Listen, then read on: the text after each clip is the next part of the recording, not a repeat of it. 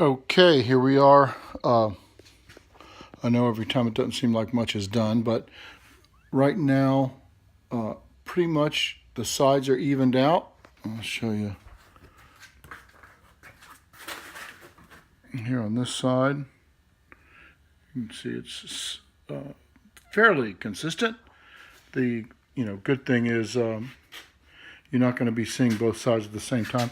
I did truncate the front. You can see I really cut off here more and then took off here on this slice. This is actually a little concave, but I might fix that a little bit. I don't know. I kind of like it. And the other side's fairly similar. You can see I've rounded it off. I might actually work a little bit to thin this area. What can you see? Here we go. This bulk down a little bit, thin it in a little bit.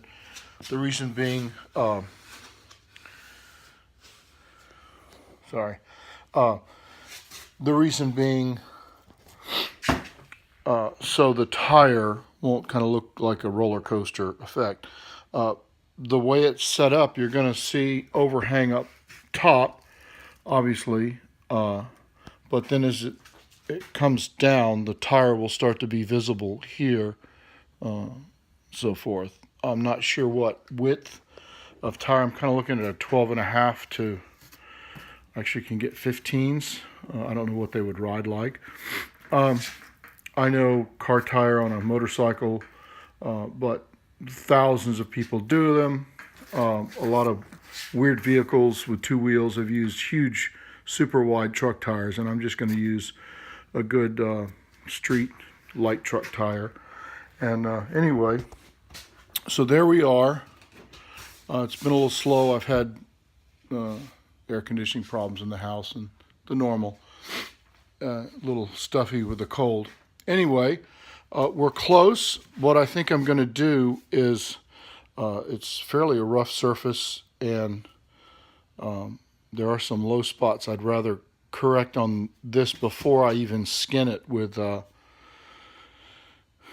fiberglass. So I think I'm going to use quickset, just wall board compound that sets up in 5 minutes or whatever. Fill all the holes and do a light skim coat over the entire thing, and then that gives me something really good to sand.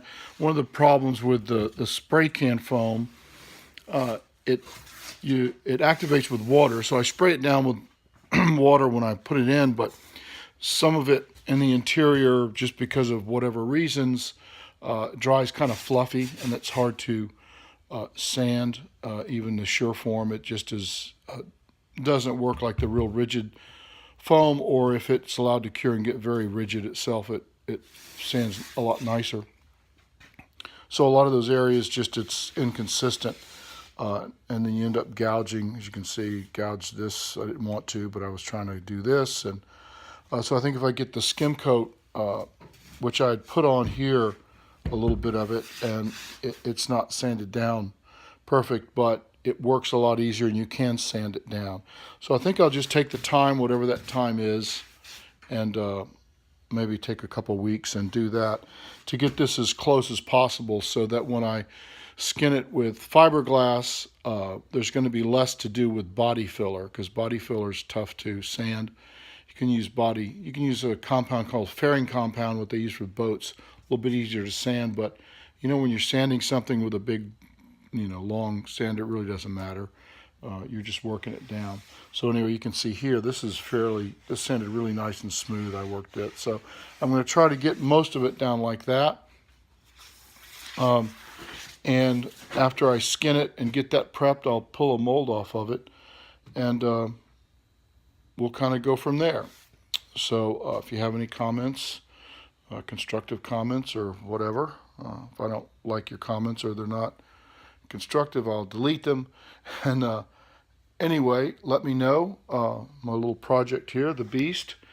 We'll see what happens. So thanks for watching, and we'll see you soon.